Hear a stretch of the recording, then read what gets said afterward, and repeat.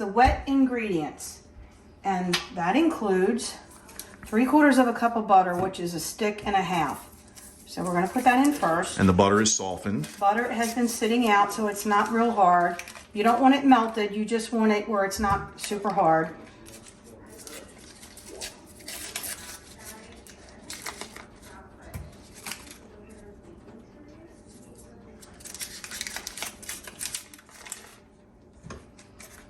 Okay, we're going to lock this.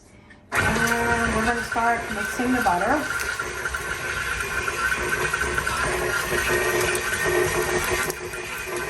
I'm going to get that on a little faster.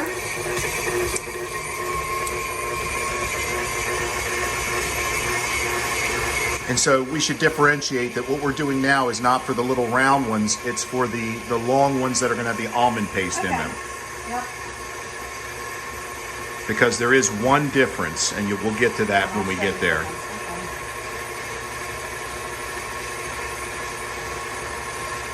Okay, once the butter is softened enough, you're going to start to add the sugar.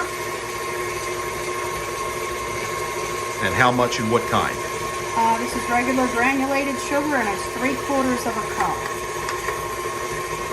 3/4 cup of butter, 3/4 cup of sugar. Equal parts. Equal parts of this.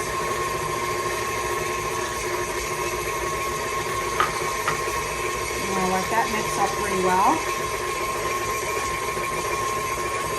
When you don't see the white sugar at the bottom, you know it's mixed pretty good. And the goal here is not to cream it light and fluffy. It's simply to get it incorporated together. Yeah, and if you get it too whipped cream-like, you've gone too far. Yeah, you just want to incorporate it, make sure it all melts into each other. Okay, so at this point, I think we can start adding the eggs one at a time.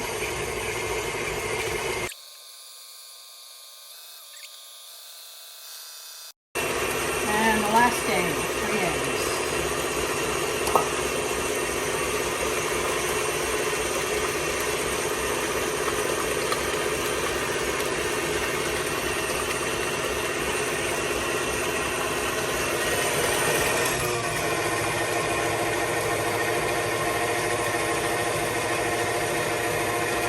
Okay.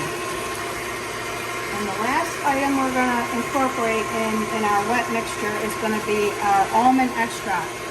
This recipe is all the same except for the extract, and we're going to make the filled cookies where we roll them out.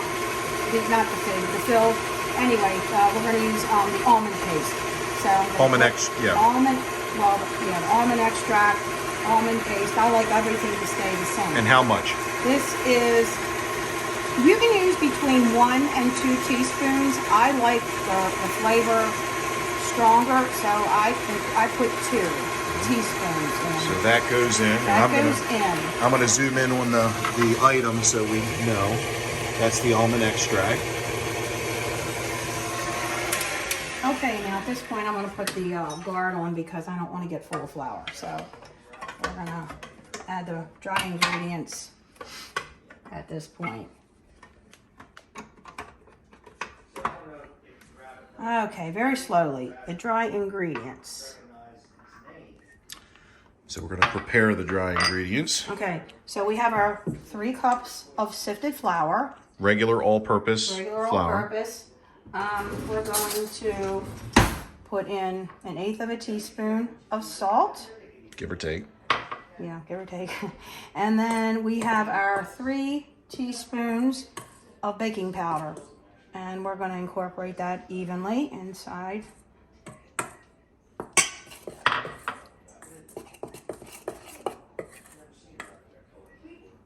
Okay. Now, we're going to slowly add the dry mixture.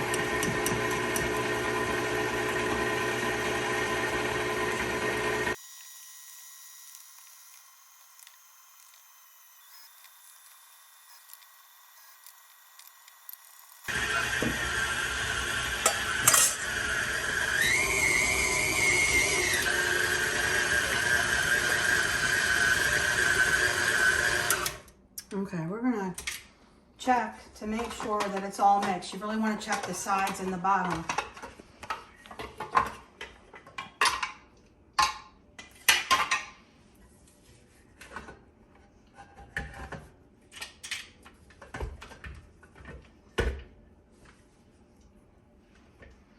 So you clean off your beaters the best you can.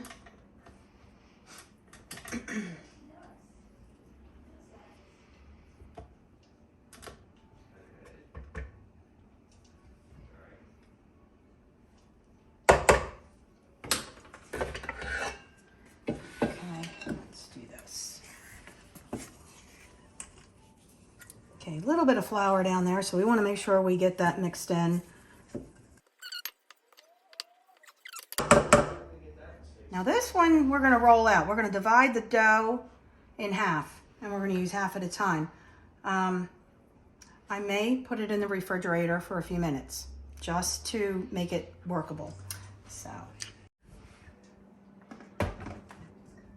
okay, just for a few minutes. Okay, I'm gonna check the dough. It's been in here for about 5 or 10 minutes. You can actually keep the dough in overnight if you're not ready to use it. Just make sure you cover it really well so it doesn't dry out. What I'm gonna do is, I'm gonna cut this in half.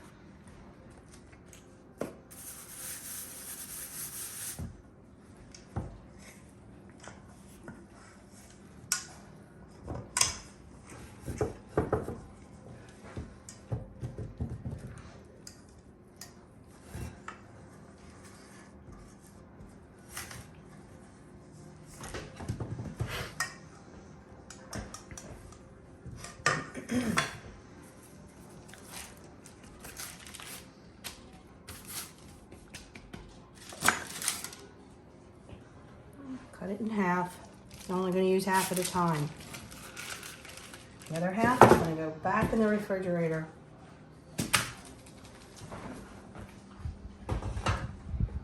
Okay.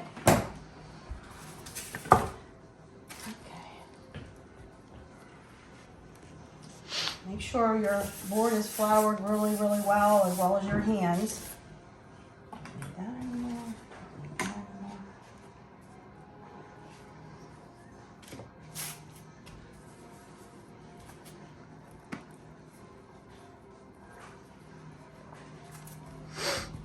And your rolling pin as well.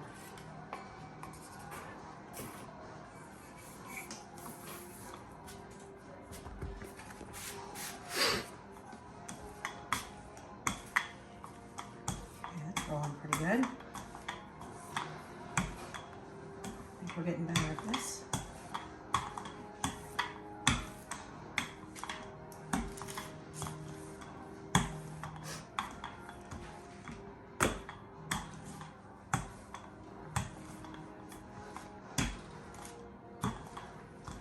Okay, I think that's good enough. So you're looking at about 1/8 of an inch. Yeah. Definitely less than a quarter. Yes.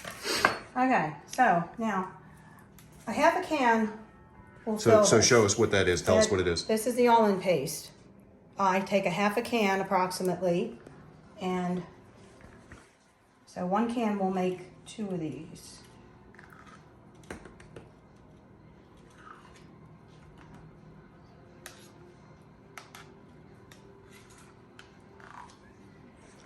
Okay, it's about the half.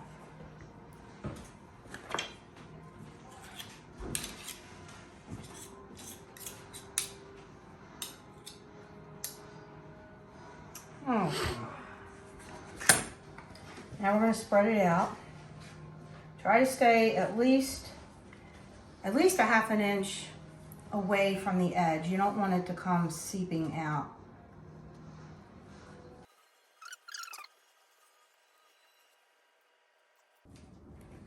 All right. Now, we'll try to roll it tight. You can use your parchment paper to kind of help you roll it along, but I try to get it started tight. Try to get the flour out of there. You don't want too much excess flour in here.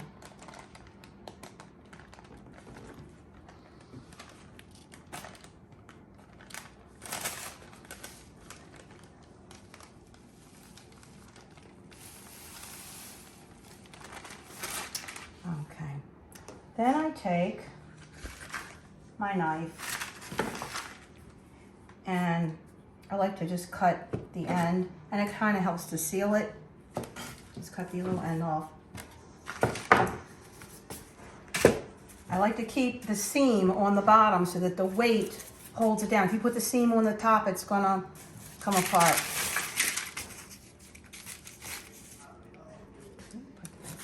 So there's the first one.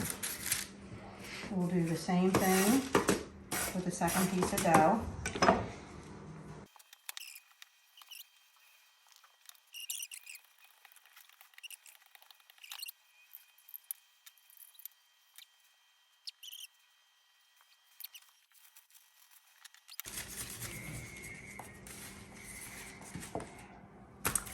Okay, ready to go in the oven. Okay, probably gonna take about 35 minutes. So, 35.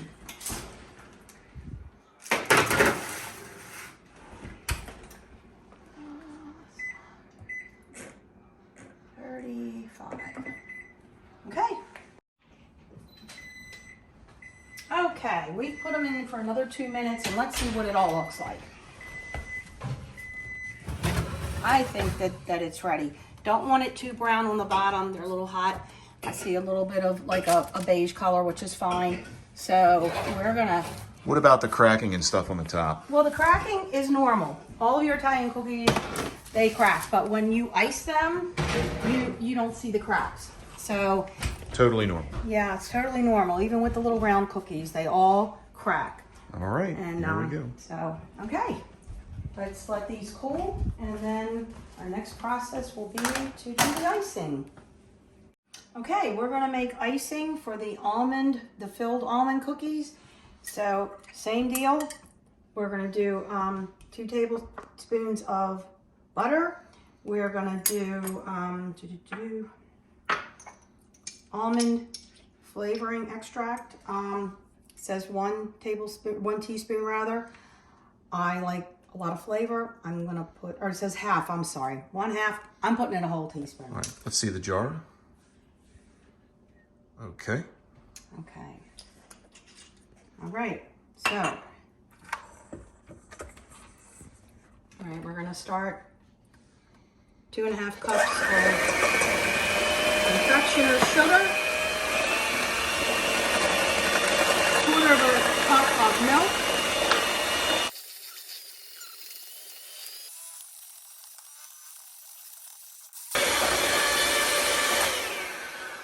all right, let me check this real quick. It looks maybe just a little watery. I'm gonna put maybe another tablespoon of the powdered sugar in.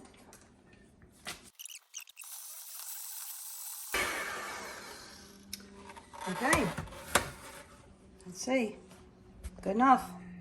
You don't want it too thick. Okay, I just washed my hands because everything we do is with our hands, and this is the easy way.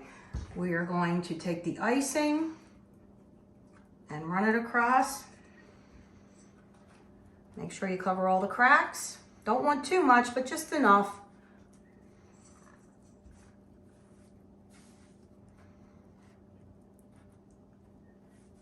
And immediately you're gonna put the sprinkles on, because if not, they won't stick.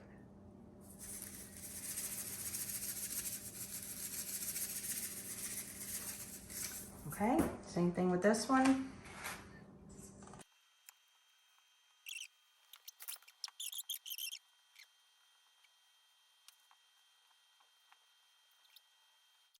This is my version of Grandmom Pappagallo's Italian cookies, as close to her recipe as I could get.